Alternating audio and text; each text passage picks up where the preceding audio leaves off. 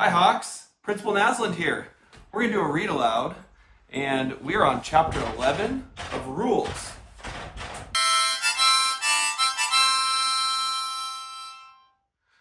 Hi Hawks, Principal Naslund here. We're going to read chapter 11 of Rules. Sometimes people laugh when they like you, but sometimes they laugh to hurt you. On the ride home from the mall, Mom says, "I can't believe Nutmeg ate Jason's card." I laugh with her, stroking Nutmeg huddled against my stomach. She loves paper almost as much as carrots. I rub Nutmeg under her chin, right where she likes it best. She hates the rumbling of the car, and only my touch stops her from shaking. I peek into the bag at my feet. A paper cutter, white cardstock, and a tin of 48 colored pencils. 12 more than the set I have. "Thanks for the new colored pencils." "You're welcome," Mom says. "I've seen you making words for Jason, and you've been babysitting a lot lately." I can't wait to get home and see those colors on the page. Aquamarine, magenta, lime peel, peacock blue, and the others. And I won't have to limit using my crimson and indigo pencils anymore. Now I have brand new long ones. "Wouldn't you like to sign up for an art class?" Mom says. "I hate to see you spend your whole summer doing nothing." I meet her gaze in the rearview mirror. "I'm doing things. Mrs. Deshane tells me there's still time to register for yoga. Wouldn't that be fun? Or one of the bus trips?" "I'll think about it." Leaning my head against the side of the open car window, I pull in a long breath of warm clam flats. The tide is out, almost to the inner islands, and a lone man is digging clams. Far away, he looks like a doll bent over his rake, a bucket at his feet. Beside me, David is asleep, his head dropped over almost to his shoulder, as if trying to cover one ear. He gasps a tiny sound, wrinkling his nose, and I wonder if it's the clam flats he's smelling, or if he's dreaming. But I don't even know if David does dream. He's never told me. "David's asleep," I say. Mom glances in the rearview mirror, and her cheeks lift a smile. Stephanie must have tired him out. Almost home, I see Ryan playing basketball with Christy in her driveway. She waves, but that doesn't untie the knot in my stomach. David wakes, stretching his legs as long as he can, still wearing his seatbelt. Christy sets down the basketball and comes toward my yard, Ryan following. "David," I say, "go inside with..." Too late. Seatbelt undone, he's already out of the car, running to meet Christy and Ryan. "I'll take Nutmeg and your things," Mom says. "Send David in when you go next door." "But Mom..." "He doesn't have any friends, not like you." She looks at me over her glasses. "Surely you can let David stay a few minutes." I'm torn between all losing choices. David will scream if I make him go inside now. Mom will think I'm selfish if I beg her to take him with her. Then there's Ryan. I cross my arms and pick the one maybe choice. Maybe Ryan doesn't want to look bad in front of Christy any more than I do. "I'll be in my office," Mom says. Ryan leans against our fence and blows a bubble with his gum. "Gum?" David might not notice lots of things, but gum is something he never misses. "Yeah, it's gum." Ryan pulls a piece from the pack in his hand and gives it to Christy. He throws another at me. My hand shoots up to catch the gum before I can even decide if I want it. "Can I have a turn?" David asks Ryan. "I've been waiting for you to come home." Christy unwraps her gum. "I went to OT with David." I dropped the gum in my shorts pocket. Then I had to stop at the mall. "Can I have a turn?" David asks again. If someone is holding something you want, ask if you can have a turn. That's the rule.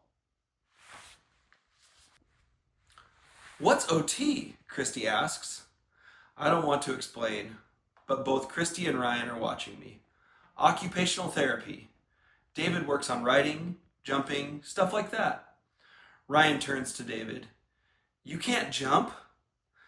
If we were at the bus stop, I'd already be yelling, but Christy's forehead is creased in concern. Of course he can. Jump, Ryan says. David jumps up and down. Stop it, I tell him. Up and down, David jumps, staring at the pack of gum in Ryan's hand. Up and down. Stop! I grab David's arm, but he won't stop jumping. He lands hard on my foot as I'm reaching into my pocket, fumbling for my piece of gum. Ryan, give him some gum, Christy says. It's a miracle! Ryan holds a piece of gum out to David. You're cured! But when David opens the wrapper, there's nothing inside. He headbutts his face into my shirt. It's gone! You jerk! I scream at Ryan so loud. David bursts into tears. Get out of my yard and take your stupid gum with you. It was just a joke. Ryan pulls another piece of gum out of his pack, but David has his arms wrapped so tight around me, he can't take it. He can have mine, I snap. We should go, Chris, Ryan says. I have to get home. I'm sorry, Catherine, Christy says, her face white. I'll call you, okay? Okay. I pull David up our porch steps and into the house, not stopping until the front door bangs closed behind me. Mom! Through the window, I watch Ryan gesturing like he's explaining something, probably telling Christy all the bad things I've ever said to him and leaving out all the reasons why. Christy nods, and that tiny yes bleeds the fight out of me. Gum? David asks. I study the hair on the top of his head. How can his outside look so normal and his inside be so broken? Like an apple, red perfect on the outside, but mushy brown at the first bite. Can I have a turn? I pull the gum out of my pocket and put it on the perfect top of David's head. He takes it off his hair. I watch him unwrap it and stuff the gum in his mouth, dropping the wrapper on the floor. Trash goes in the garbage can, I say. That's the rule. I'm sorry, Frog. I turn away, but David's hand holding the wrapper comes into my view. I'm sorry, Frog, he says, panic edging his voice. David gets scared when people don't answer him, and the first tiny pinpricks poke me. Little guilty jabs whispering, he's doing the best he can. And I brace myself for the kaboom sure to follow. The full guilt avalanche thundering down the mountainside, sweeping away houses, knocking me flat. I take the wrapper. Okay, Toad. Catherine, Mom says. He needs to speak his own words, but he won't if you keep encouraging him to echo. Unfairness punches me in the stomach. You let him ruin everything, I say. It's always about him. He needs more from me. Stop overreacting. I run to my room, slamming my bedroom door so hard, Nutmeg and Cinnamon dart to the far corner of their cage. Grabbing my sketchbook, I flip to a blank page and write words, bearing down so hard the letters cut into the page. Unfair, cruel, hate, ruined, murky, tease, embarrassed. My hands tremble as I write. They shake so much it doesn't look like my handwriting. I try to rob the words of their weight by concentrating on the letters. Nice, sharp T, round O, torn. But I'm not fooling myself. I know the power these words hold. I drop my forehead on my arms. My door creaks, but my head is too heavy to lift. Go away, I say. A cassette comes into the dark space between my arm and face. I'm sorry, Frog, David says. I do what will send him away. Around and around and around, I spin the cassette on my finger. David leans against my arm.